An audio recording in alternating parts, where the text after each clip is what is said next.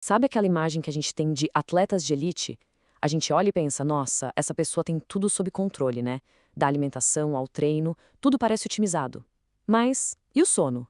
Será que essa perfeição toda se aplica a uma das coisas mais importantes para a performance?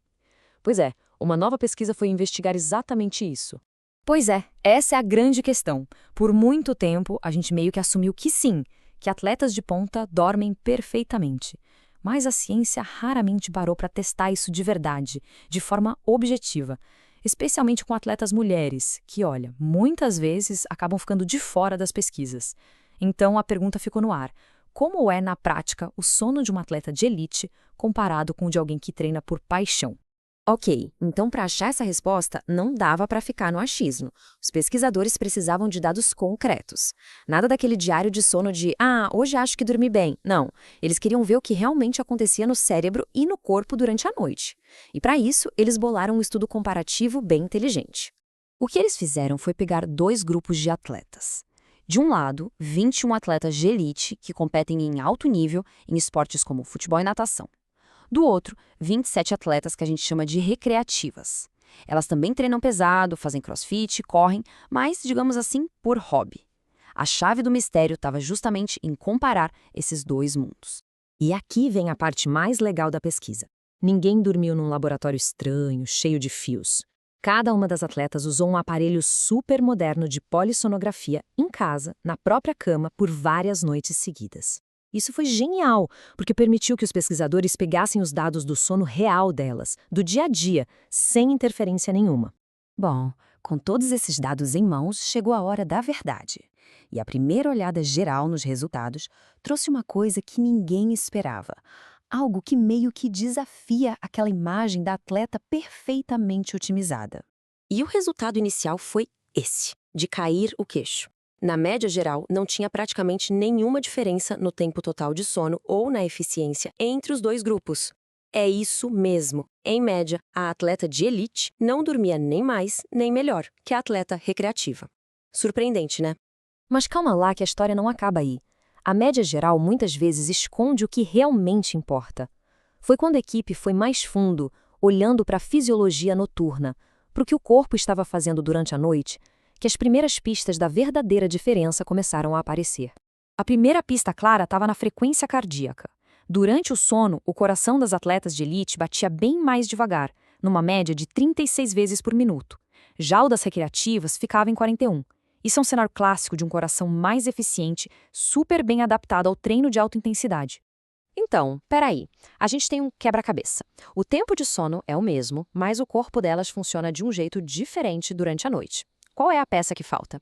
A resposta não estava na média, mas sim em como o sono mudava ao longo da semana. E é exatamente aqui que a verdadeira história aparece. A análise da diferença entre os dias de semana e os fins de semana revelou padrões completamente diferentes para cada grupo. O quando se dorme acabou sendo mais importante do que o quanto. Para a gente entender isso, precisamos falar rapidinho sobre a arquitetura do sono. Nosso sono não é uma coisa só, um bloco único. Ele passa por ciclos de sono leve, sono profundo, que é essencial para recuperar o corpo, e o sono REM, que é super importante para a recuperação da mente e para o aprendizado. Numa noite de sono saudável, existe um equilíbrio entre essas fases. Se essa proporção muda, mesmo que o tempo total dormindo seja o mesmo, o impacto em como a gente se sente e desempenha no dia seguinte pode ser enorme. Agora vamos ver como isso se aplica às atletas de elite. Para elas, o problema não era a duração do sono, era a qualidade. E essa qualidade mudava muito dependendo do dia da semana. Olha que interessante. Durante a semana, as atletas de elite tinham bem menos sono REM, aquele estágio que restaura a mente. Aí chegava o fim de semana e elas compensavam isso.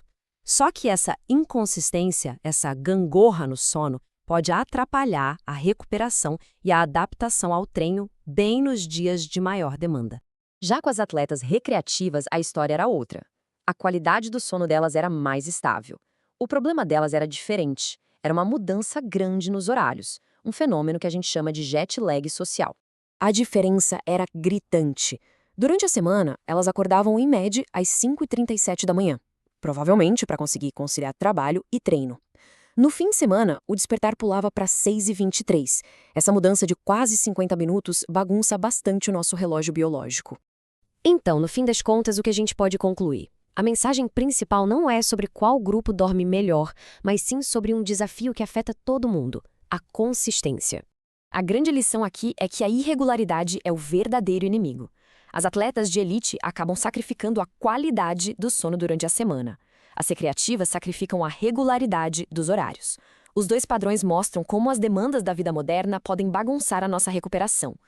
O objetivo final para qualquer pessoa não é só dormir mais, mas dormir de forma mais consistente. Isso deixa a gente com uma pulga atrás da orelha. Se nem as atletas de elite, que dependem do corpo para viver, conseguem manter um sono consistente por causa da rotina, o que isso diz sobre o resto de nós?